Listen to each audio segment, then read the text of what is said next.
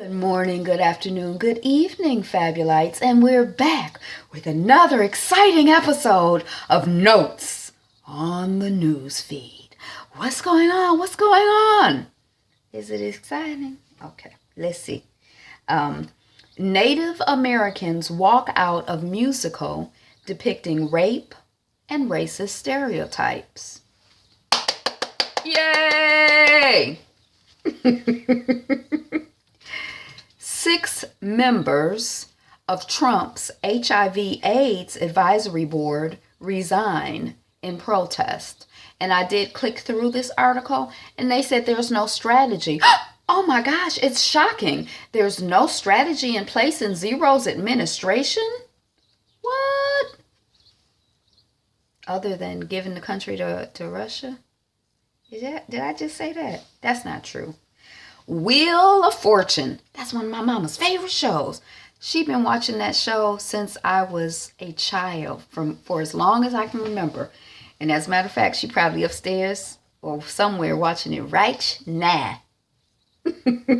Wheel of Fortune apologizes for using slave images during Southern Charm Week. Southern Charm. Yes, that peculiar institution was so charming. Not. Kalief Browder's brother to run for NYC mayor against incumbent Democrat. Kalief Browder, is that the young brother who committed suicide? And did his mother make her transition as well? And was he the one that was locked up for supposedly stealing a backpack? And he was locked up for like a year? And he was like in solitary confinement for like 9 months or something ridiculous and crazy because he was never convicted of anything and he was a child. Is that the young man we're talking about? So his brother is running for a mayor of New York City. And I think de Blasio is the mayor now. And he's the one who is a white man married to a black woman. And he said something during the campaign about stop and frisk and the fact that his son could be stopped and frisked and would be, racially profiled. And from what I remember, some people were just upset that he said that. Okay, NYC. Costa Rica's president, Luis Guillermo Solis, swallows wasp. I don't think I've ever been bitten by a bee or a wasp. I don't remember. But could you imagine swallowing one? Well, maybe it died on the way down and it didn't bite him on the inside. Woo, baby. How, this is coming off of Atlanta Black Star, how gentrification is undermining the notion of black community and destroying black businesses. What? There are policies and systems in place that destroy black community and black businesses? Come on now. No.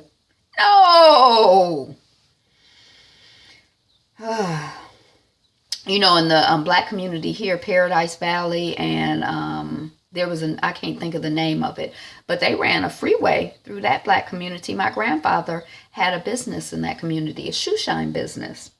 Fans on Colin Kaepernick's statement that modern police forces derive from slave patrols. He's right.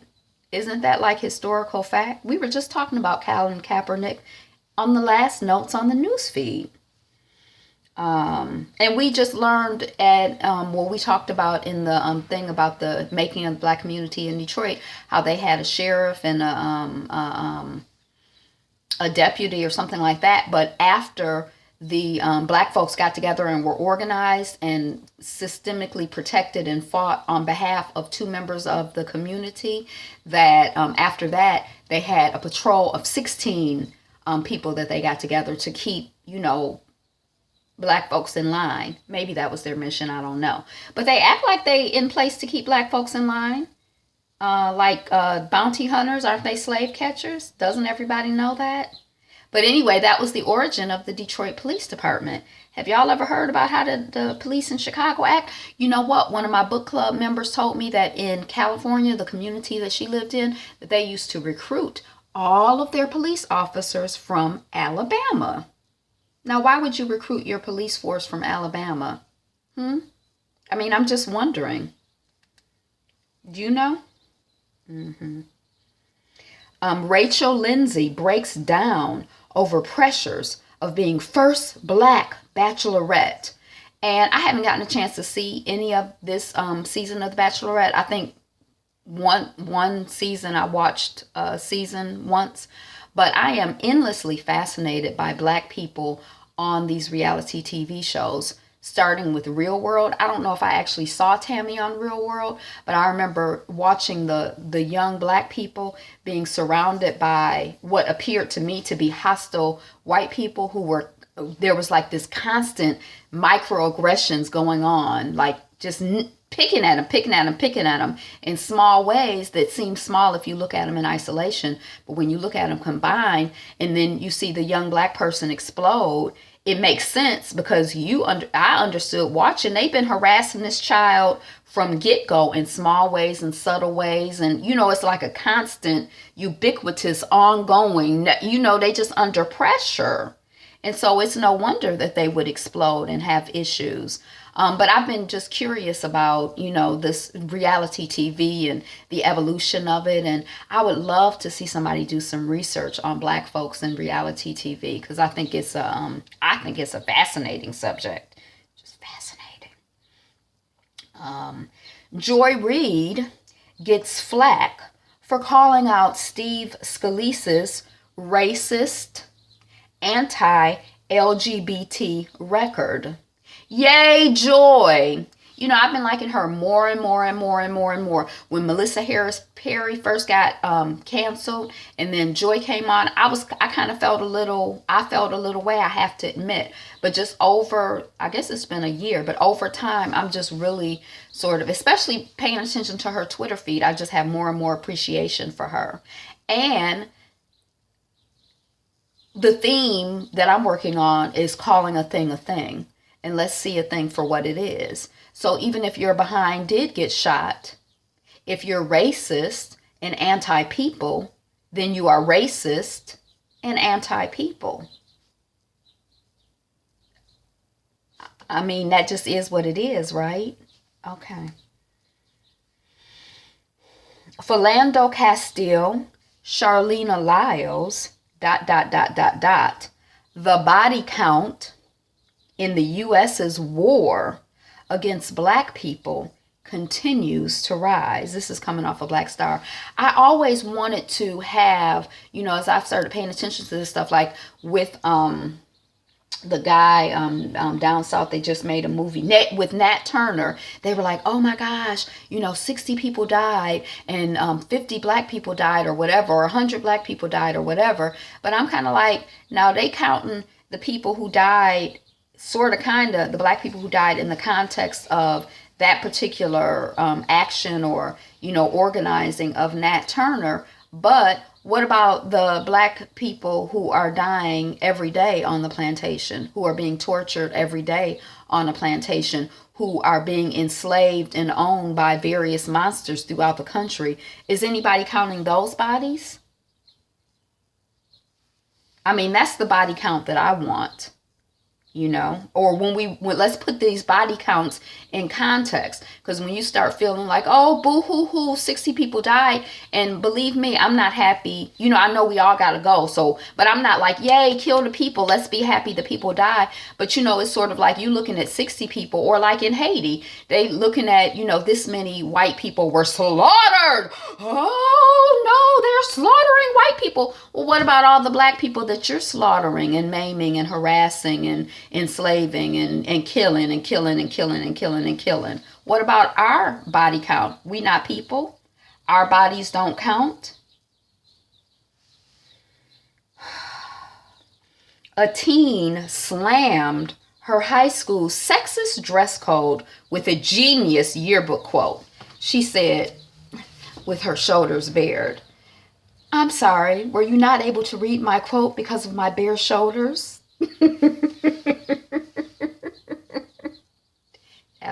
That was kind of funny. I clicked through to find out what the situation was. There is a surprising correlation between students' SAT scores and the amount of loans they take on. And I think I did skim the article. It seemed to me that the higher your SAT score is, the less loans you take out. And you know that's some more systemic racism. But anyway, that's a whole nother conversation. Mesmerizing maps show the global flow of refugees over the last 15 years. I'm thinking that some research must have just been published, because I'm seeing all of these articles kind of around these issues of displaced people and refugees and escaping poverty. This is coming off of Financial Juneteenth. Escaping poverty requires almost 2 decades of nothing going wrong. And you know what we mean by going wrong, right? Life. It requires almost 2 decades of not having a normal life, because you know it's always something going on. CDC, that's the Center for Disease Control. At least 19 children in the United States are killed or injured by guns every day. Justice Department switches sides from Obama-era stance in labor case.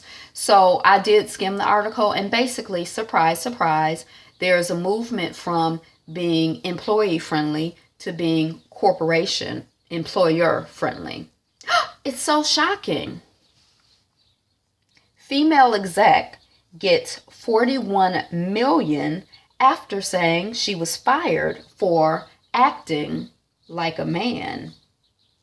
This is coming off of Financial Juneteenth too. A new refugee every 3 seconds. That came off of BBC. Every generation has a different idea of when people get old. You know what I noticed when I'm listening to these reviews of these television shows? People be like, sit your geriatric ass down. You're old behind. You know, it's like a lot of like hostility and anger toward, you know, some of these women. And some of these women are like 40 or 50. And I mean, I'm not saying that you should have hostility towards somebody with they 70 or 80. That I don't understand that either. But I'm just like kind of shocked at, you know, the amount of anger that people have at women in particular for being old or getting older. Like every day we all getting older, right? So anyway, I have noticed that. People are flocking to the hottest place on earth for extreme heat tourism. We were talking about the planes not leaving in Arizona, I think it is. They're having three-digit heats, 120s, 112 in that region of the country. And so some people are like, oh my gosh, I'm going to go inside and stay under the air conditioner. I'm stressed. I'm under distress. Oh, other people are like, oh, let me go to Arizona or that part of the world so I could experience extreme heat. Like somebody told me that people come here to Detroit because we have a lot of fires and there's a whole fire tourism industry. And so they go around and they watch firefighters put out fires. I wonder if any of them set fires, you know, I don't know, just for fun or entertainment. And then they could watch the fire department come and put it out. Okay. The Leftovers series finale available on YouTube for 1 week. Never seen that show, but I'm just interested in like some of these shows are on Twitter, YouTube, you know, like, you know, just things are changing with media. The tick that makes people allergic to red meat with one bite seems to be spreading. I think the map that I saw was kind of like, if you look at the map of the United States, it was like coming up from Florida, you know. Warner Brothers concludes no sexual misconduct on Bachelor set. I was feeling bad for that young black guy that was involved with that. I don't know why, but I was. Stunning photos show how American food consumption has changed in the last 100 years. I bet you we eat a lot more sugar, a lot more processed foods, a lot more fast foods, a lot less whole foods. Not us, because we're all on this mission to drink more water, eat more whole foods, eat more raw foods, eat more fruits and vegetables, right? That's us. And we spreading the word. That's some stuff you could harass some people about. Eat an apple. I said what I said. Eat an apple. The other stuff don't count. That's the stuff that's important. We got to harass people over that. Underground's Aisha Hines on importance of Harriet Tubman today. Next Generation TV. We were just talking about these underground people. Burger King's Google Home Whopper stunt just won a big advertising award. I didn't know about the Google Home Whopper stunt, did I? Just as I was saying it seemed vaguely familiar. It just like flashed and it went away. New York is reviewing its voter infrastructure to avoid hacks. Meet John Ossoff, the 30-year-old who suddenly became one of the most talked about politicians in America. I think that's the one that's running Democratic in some Georgia election. And they say this is like a referendum to see how people feel about Trump. And it's going to tell us something about the midterm elections. Like if the Democrat wins, then, the Republicans are in trouble for the midterms. And, I hope that, I don't know, I'm kind of mixed about getting involved and not being involved, about caring and not caring. It's like even when Obama was, running for office, like that first time, I was like, I'm not going to go out of my way to vote. But then I did end up voting because I felt like, dang, this is really dumb. What if Obama loses the election by one vote? And Obama can't be worse than the people who was in. Although if he was a Clarence Thomas, that would have been worse. But he wasn't a Clarence Thomas. I'm not saying anything. I am saying something personal about how Clarence Thomas appears to be. Okay. But I was like, what if it's by one vote and it's my one vote? So I'm very, I have two minds or whatever. Otto Warmbier, no autopsy for U.S. student held by North Korea. I told you earlier he made his transition after 6 days back in the U.S. Rest in peace. CNN thinks it's figured out what post-cable network looks like, and it's betting $70 million on it. I didn't read the article, but, again, media is changing. The world is changing. Texas governor signs Sandra Bland Act that doesn't address issues that ultimately led to her death. That's coming off of Atlanta Black Star. Rest in peace, Sandra Bland.